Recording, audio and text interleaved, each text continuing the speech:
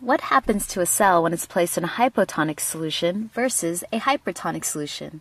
A hypertonic solution is simply a solution that has a lower concentration of solutes, dissolved substances, compared to the inside environment of a cell. For example, water is considered a hypotonic solution since it is very low in solutes. A hypertonic solution is a solution that has a higher concentration of solutes compared to the cell's inside environment. For example, water with a lot of salt is considered a hypertonic solution since it is very high in solutes. How can we examine the effects of a hypertonic solution on a cell?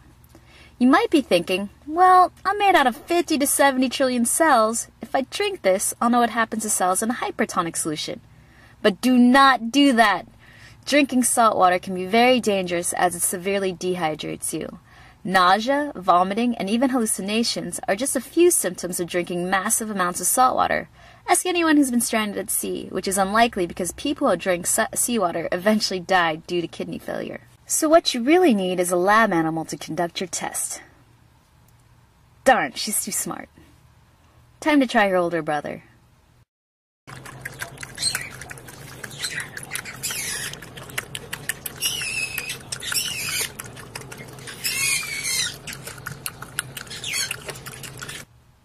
Well, that was a bad experiment.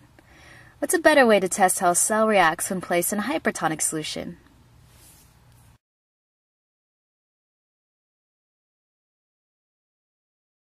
Some eggs, like chicken eggs, are surrounded by a hard outer membrane which protects the semi-permeable inner membrane. This membrane is semi-permeable because it allows substances to leave and some substances to enter. In particular, the semi-permeable membrane allows water to both enter and leave the cell, but large molecules, like salt or sugar, are too big to pass through. The question is, how can we examine the semi-permeable qualities of this inner membrane with the hard eggshell in the way? Dissolve the outer shell by placing an egg in vinegar. Vinegar has a chemical called acetic acid. Eggshells contain calcium carbonate. When calcium carbonate in the eggshell comes in contact with acetic acid, a chemical reaction occurs. Calcium carbonate will break down to form carbon dioxide, water, and calcium acetate, thus dissolving the calcium carbonate shell. Within seconds, you'll see bubbles form. These bubbles are carbon dioxide that are produced when acetic acid breaks down the eggshell.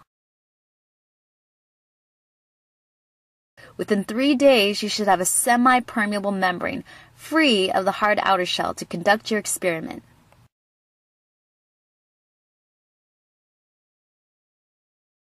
Before starting our experiment, we will first mass our egg using a scale. Egg A has a mass of 94 grams. Egg B has a mass of 103 grams. Egg A we will place in a hypotonic solution, water. Egg B we'll place in a hypertonic solution, thick and sugary corn syrup.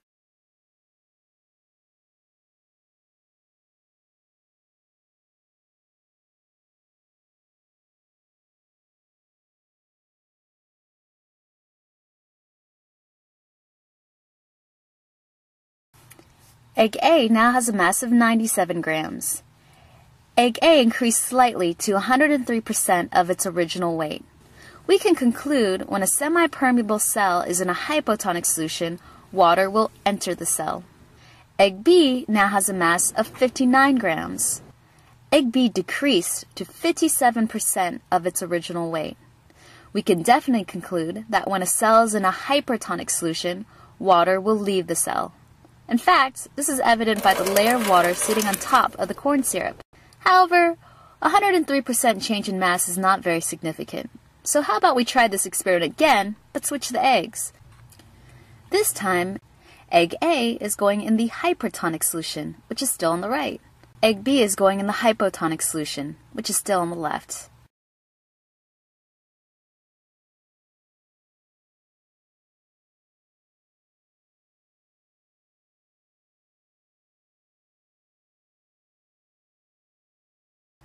After several hours, mash your eggs again.